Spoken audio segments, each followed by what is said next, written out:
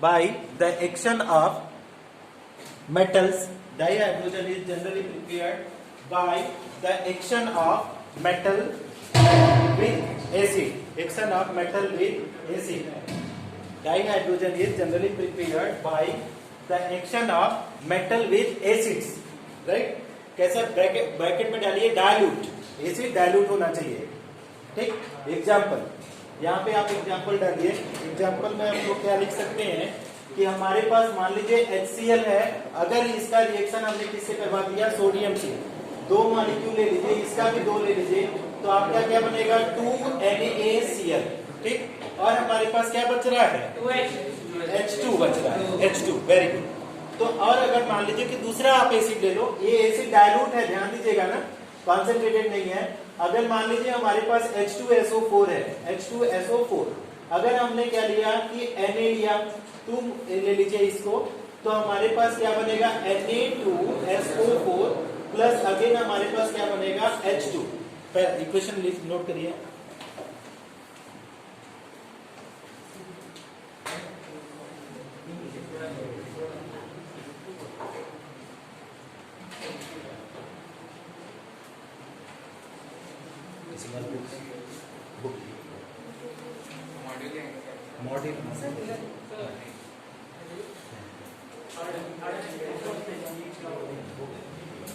Second method डालिए. Equation लिख दिया.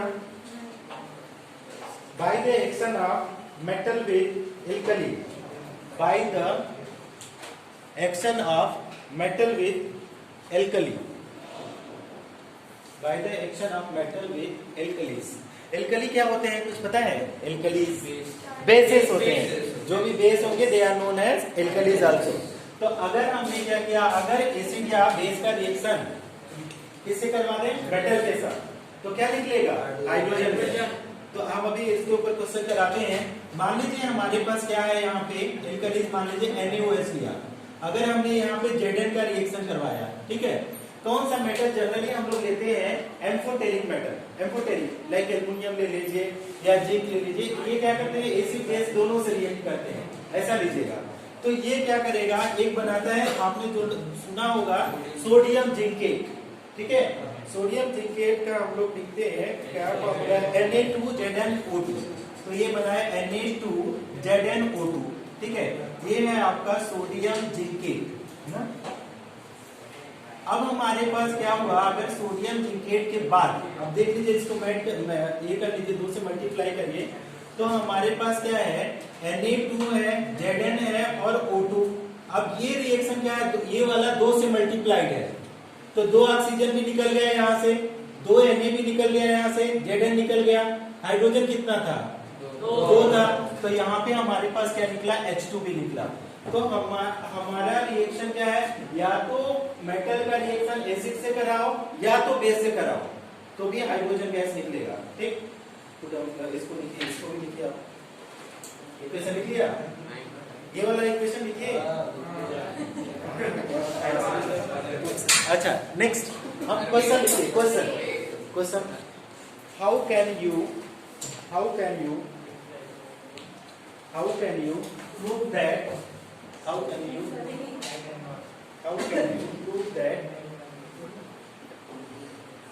can you prove that sir उल्टा होगा, मतलब करता है जैसे बोलते हैं उसको ऑपोजिट डालेंगे. ऐसा है क्या, मुझे तो नहीं आता है.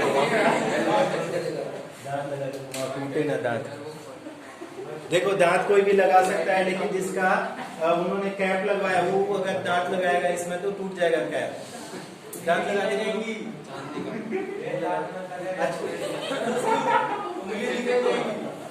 Okay,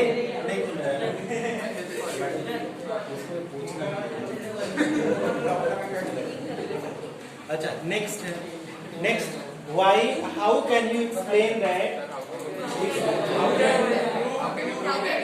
how can you prove that phenol is acidic in nature. Phenol is acidic in nature. ये अगले साल आएगा क्वेश्चन, लेकिन यहाँ पे बताया जा रहा है क्योंकि वहां पे आप लोग मानते नहीं हो, वहां पे समझाना मुश्किल होता है. तो अभी समझो, हंसने की जरूरत नहीं है ना। अगले साल ये क्वेश्चन आता है कि जैसे हमने बताया है कि आपका फिनॉल है, तो फिनॉल का स्ट्रक्चर हमारे पास इस तरीके से है, ऊपर में हमने OH ब्लॉक दिया, ठीक है, this is the phenol, right. अब फिनॉल क्या करता है, H+ देता नहीं है, फिनॉल H+ नहीं देता है, 99% केस में वो H+ नहीं देगा। तो ये करता क्या है कि अगर इसका रिएक्शन हमने Na से कराया, इसका रिएक्शन हमने Na से कराया, तो ये क्या करता है कि सोडियम फिनॉक्साइड बनाता है, सोडियम फिनॉक्साइड ONA, ठीक। दो यहाँ पे लीजिए, इसको भी 2 करिए, इसको भी 2 करिए, साथ में क्या निकलेगा बताओ, H2। तो अब अगर ये H2 निकल रहा है यहाँ से, जब मेटल ने इससे रिएक्ट किया H2 दिया, तो ये क्या होगा, एसिड होगा। तो कैसे एक्सप्लेन कर सकते हैं, phenol is acidic in nature as it react with active metal to give dihydrogen so that it is acidic in nature. समझ में आया। अब बहुत बच्चे आर्हीनियस एसिड इसको समझ पे कोई करोगे ना तो नहीं आंसर समझ में आएगा। समझ में आ गई बात, क्योंकि क्या लाइट बंद करो तुम जाके, कौन सी लाइट बंद करो। नेक्स्ट ये वाला समझ में आ गया, इक्वेशन लिख लो सर। सोडियम के साथ करता और किसी के साथ कराओ ना, मैं एक्टिव मेटल, सोडियम कराओ, पोटेशियम भी कराओ, बेरिलियम कराओ, एल्युमिनियम भी। नेक्स्ट साइड निकालो, जो भी यहाँ से आया, एक बार भी मुंह देख लिया ना और बंद किए वो पता नहीं चल रहा है, पहले तो 2 थप्पड़ लगाएंगे और बाहर भेजेंगे, है ना। अननेसेसरी मत ऐसा करो।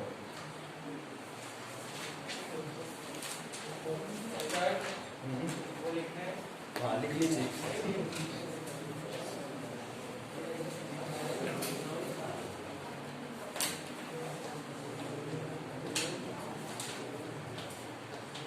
नेक्स्ट है preparation of dihydrogen from syn gas SYN, syn gas SYN, syn gas और क्या इसी को बोला जाता है synthesis gas, SYNTHESIS, synthesis gas. Preparation of dihydrogen from syn gas, लिखिए उसमें एक line, when syngas react with water, when syngas react with water in presence of, when syngas react with water in presence of Fe2O3 catalyst, Fe2O3 catalyst, it gives dihydrogen. Catalyst Fe2O3, तो आपका क्या है, सिंगेट CO plus H2 है, और ये क्या, ये दोनों का मिक्सर जो होता है CO प्लस H2, ठीक, इसको बोलते हैं सिंगैस, SYN सिंगैस, ठीक। और कहीं भी आप अपने नोटबुक में लिखिएगा CO प्लस अगर N2 है, ठीक है, CO प्लस N2 इसको बोलते हैं प्रोड्यूसर गैस, ठीक है, प्रोड्यूसर गैस। ये आगे पढ़ेंगे हम लोग। अभी यहाँ पे CO प्लस H2 का रिएक्शन अगर H2O से कराएं तो ये बनाएगा CO2 प्लस हमारे पास क्या बनाएगा 2 मोल ऑफ H2। यहाँ पे हम लोग कैटेलिस्ट लिखेंगे, आपका Fe2CO3, Fe2CO3 ये तो यहाँ से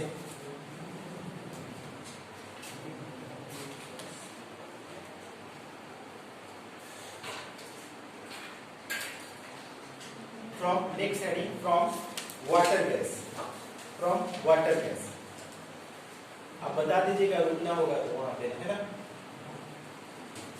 फ्रॉम वाटर गैस, देखिएगा इसमें वाटर गैस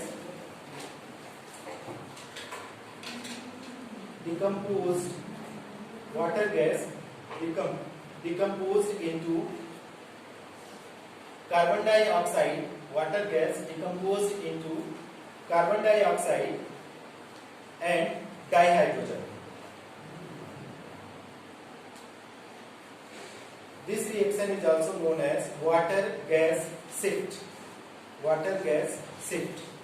तो इसको भी लिखिएगा CO प्लस हमारे पास क्या है H2O, CO प्लस H2O, इसको बोलते हैं वाटर गैस, वाटर गैस। ठीक है, अगर इसको हम लोग क्या लिखते हैं कि अगर 500 डिग्री सेल्सियस के अगर रिएक्ट करेंगे तो that is what it will be CO2 plus H2। अच्छा देखिए, जो ये बोला जाता है कि क्यों आप लोग बातें कर रहे हो, ठीक, तो ये सिंगैस हुआ CO plus H2, syngas synthesis gas, CO plus H2O water gas, CO plus N2 that is producer gas. ये याद रखेंगे आप लोग, ठीक है। प्रोड्यूसर गैस से हम लोग डाई नाइट्रोजन बनाएंगे, वो हम लोग देखेंगे बाद में।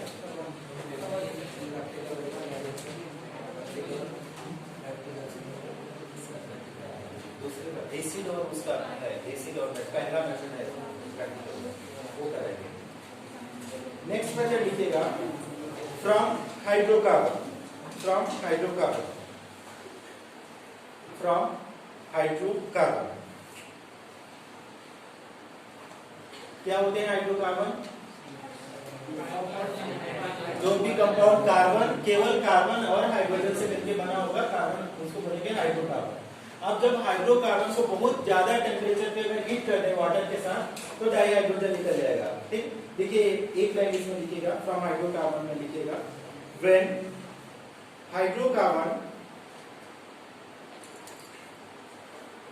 Mix with steam, STEAM, when hydrocarbon mix with steam over heated catalyst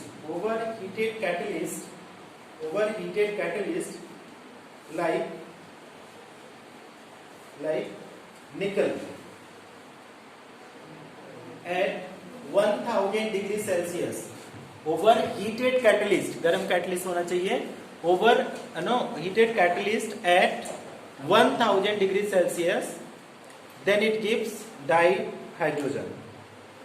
example में हमारे पास है CH4, अगर इसका रिएक्शन हमसे किससे करा रहे हैं? वाटर से, दैट इज ये स्टीम है, ठीक है, वेपर है, और इसका क्या बोला जा रहा है? टेम्परेचर 1000 डिग्री सेल्सियस हो और कैटलिस्ट निकल हो, तो ये क्या बनाएगा? आप देखिए H2 बनाएगा। पहला चीज तो H2 गैस निकलेगा, साथ में थैंक यू, साथ में हमारे पास क्या है? CO2। ठीक, CO2 कितना निकलेगा आप देख सकते हैं, 2 मोल, इसको लीजिए 2 मोल, तो अब बैलेंस होगा CO2, ये हो गया। हाइड्रोजन देखिए 4 यहाँ पे, 4 यहाँ पे, तो कितने हो जाएंगे आपका? 8 मीन्स 4H2। ठीक, ये हो गया।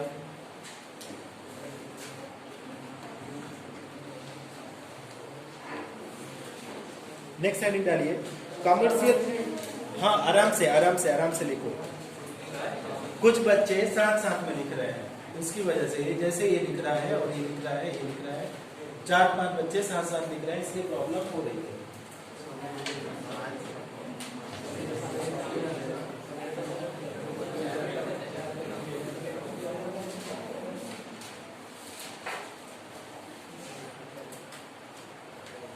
Okay, commercial preparation of dihydrogen, commercial preparation of dihydrogen.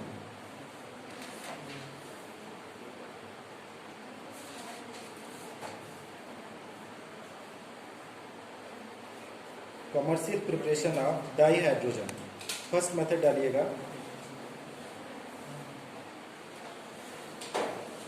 First heading by electrolysis of water, by electrolysis of water, by electrolysis of water. Commercial preparation में by electrolysis of water dihydrogen get produced, dihydrogen get produced at cathode, dihydrogen get produced at cathode.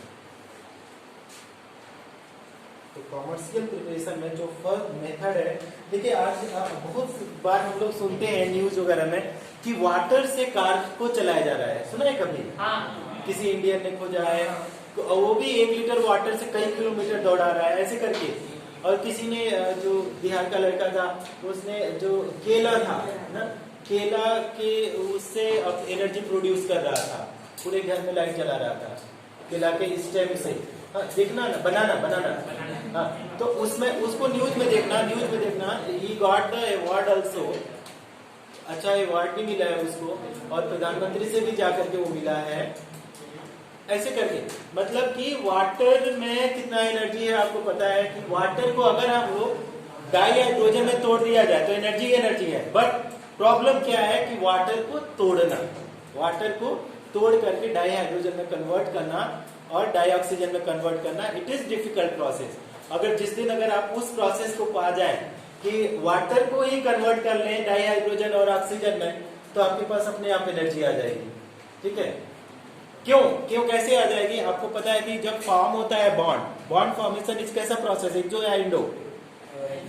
जो process है, energy release हो रही है। तो एक बार आपने hydrogen और ऑक्सीजन को तोड़ दिया किसी तरीके से, अलग अलग कर दिया, फिर उसकी टेंडेंसी है मिलेगा, और जब मिलेगा तो एनर्जी रिलीज करेगा।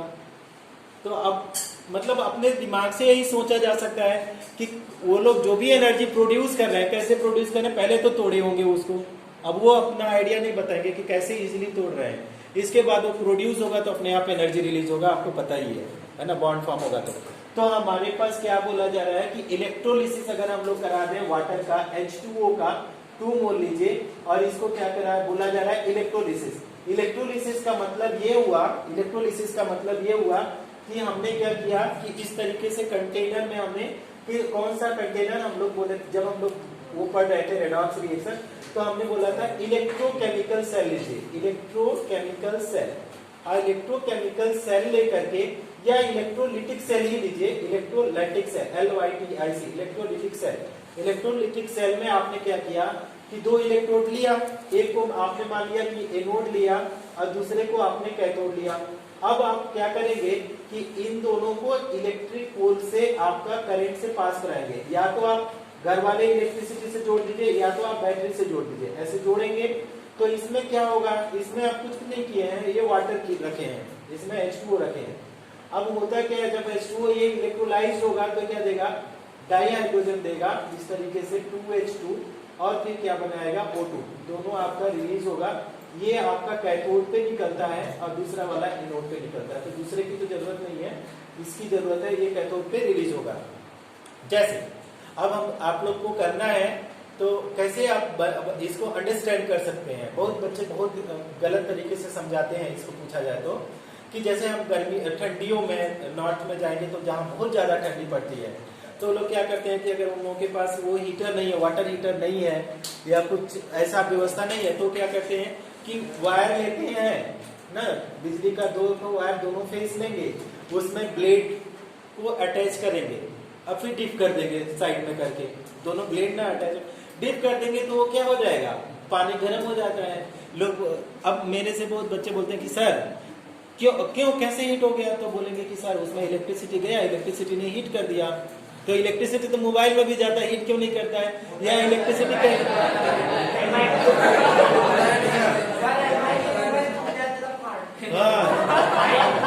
नहीं, मतलब कहीं भी इलेक्ट्रिसिटी कहीं भी गई तो जैसे टीवी में गई, सुनोगे टीवी में तुम्हारे इलेक्ट्रिसिटी गई तो वो हीट करके क्यों नहीं उसको खराब किया, रीजन हम बता रहे हैं, रीजन केमिस्ट्री के लैंग्वेज में। अदर लैंग्वेज में तुम लोग सोचो, हम केमिस्ट्री के लैंग्वेज में हुआ क्या कि वाटर एक पॉइंट ऑफ टाइम पे जब इलेक्ट्रिसिटी दिया उसको, तो वो क्या गया, वाटर टूट गया, किसमें टूटा, हाइड्रोजन और ऑक्सीजन में टूटा, ठीक, टूटा, फिर क्या किया तुमने, वो उसी समय तो टूटा, पहले तो टूटने के बाद ये हुआ क्या, जब आपने वायर निकाला तो वाटर तो उड़ तो नहीं गया ना, पूरा बचा उसी में है ना। तो अब जब ये हुआ क्या, H2 और O2 फॉर्म हो गए, अब फिर H2O कंबाइन करेगा, है ना, या तो टूट करके H और O बनाया होगा, जब ये कंबाइन करेंगे तो वाटर बनेगा, वाटर ही बनेगा ना, एट द एंड वाटर से ही नहाओगे तुम। तो वाटर क्या हुआ, जब बॉन्ड फॉर्म हुआ तो कैसा प्रोसेस हुआ, एक्सोथर्मी, तो क्या रिलीज हुआ, हीट एनर्जी रिलीज हुआ, उसकी वजह से पानी कैसा फील होता है, गर्म, मतलब केमिस्ट्री के लैंग्वेज में, है ना, दूसरी लैंग्वेज को हाँ, फिर बोलिए।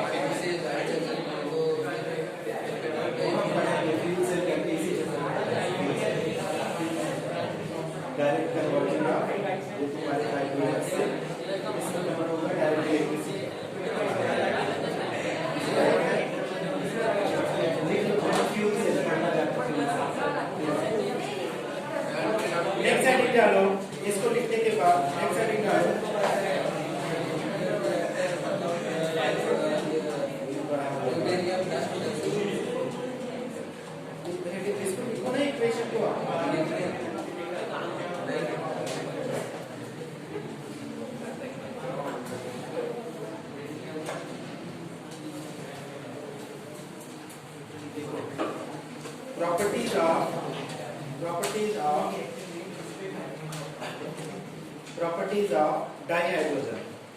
Properties of dihydrogen.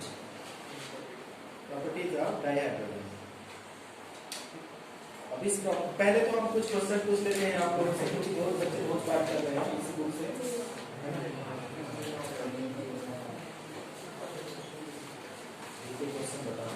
हाइड्रोजन है सिमिलरिटीज विद एल्कली मेटल इन, पहला ऑप्शन